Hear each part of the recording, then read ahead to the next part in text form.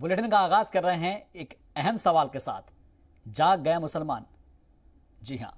पिछले कई दहाइयों से मुल्क में जितने भी इंतखाबात हुए हैं, चाहे आम इंतखाबात हुए हों या फिर रियासतों के असेंबली चुनाव, मुद्दा मुसलमानों के ही इर्द गिर्द रहता है। यूपी असेंबली इंतखाबात के कुछ ही महीने बाकी है और ऐसे में एक बार फिर से मुस्लिम वोटों की सौदेबाजी शुरू हो गई है। हालांकि इस बार कुछ सेकुलर पार्टियां इस मुद्दे पर सियासत तो करना चाहती हैं, लेकिन इसका इजहार नहीं कर पा रही है, क्योंकि सॉफ्ट हिंदुत्व की कश्ती पर भी वो सवार होना चाहती है।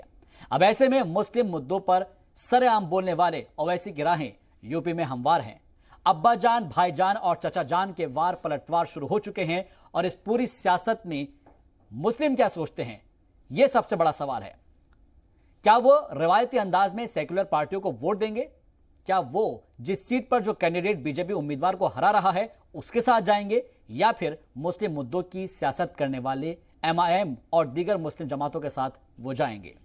या फिर किसी एक ऐसे के साथ ऐसा ना हो कि किसी एक साथ न जाकर वो बढ़ जाए, बिखर जाए और मुसलमानों का जो वोट है वो तकसीम हो जाए।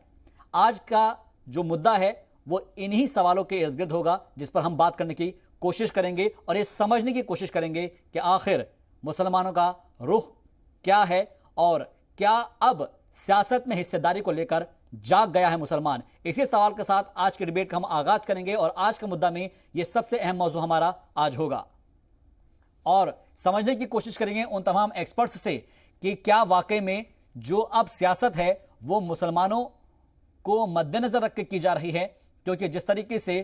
उत्तर प्रदेश के असेंबली इंतखाबात के मद्देनजर अलग अलग बयानात जारी किए जा रहे हैं और जो तमाम तरीके के अल्फाज से नवाजा जा रहा है, उन्हीं अल्फाज पर भी हम फोकस करने की कोशिश करेंगे, फिर चाहे वो अब्बा जान हो, चचा जान हो या फिर भाई जान हो, क्योंकि मुद्दा बहुत गर्म है और मुद्दा आज का यही है कि क्या अब जाग गया है मुसलमान। और वो इसलिए क्योंकि हिस्सेदारी की बात असदुद्दीन ओवैसी कर रहे हैं और साथ ही साथ उन पार्टियों का भी जिक्र किया जाएगा जो मुसलमानों को अपने तरफ रागिब करने की कोशिश कर रही हैं और जो अभी तक मुसलमानों की हितैषी या फिर रहनुमा बनती हुई नजर आई है। तो क्या मुसलमान उस तरीके से अपने हिसाब से उनकी जो एक पॉलिटिक्स है उसमें ढल चुका है या फिर उसको इस तरह की आदत हो गई है?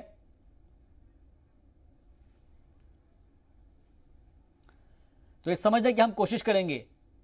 और ये जानने की भी कोशिश करेंगे कि आखिर क्या किरदार रहेगा मुस्लिम कौम का, मुसलमानों का। आइंदा इंतखाबात में 5 रियासतों में चुनाव होने हैं, असेंबली के इंतखाबात होने हैं और सबसे ज़्यादा अगर हम फोकस करें उत्तर प्रदेश का, तो उत्तर प्रदेश में तमाम सियासी जमातें इस वक्त अपनी अपनी हिकमत अमली तैयार कर रही है और मुसलमानों का जो तकरीबन 20% वोट है उसको अपनी तरफ रागिब करने की कोशिश की जाएगी।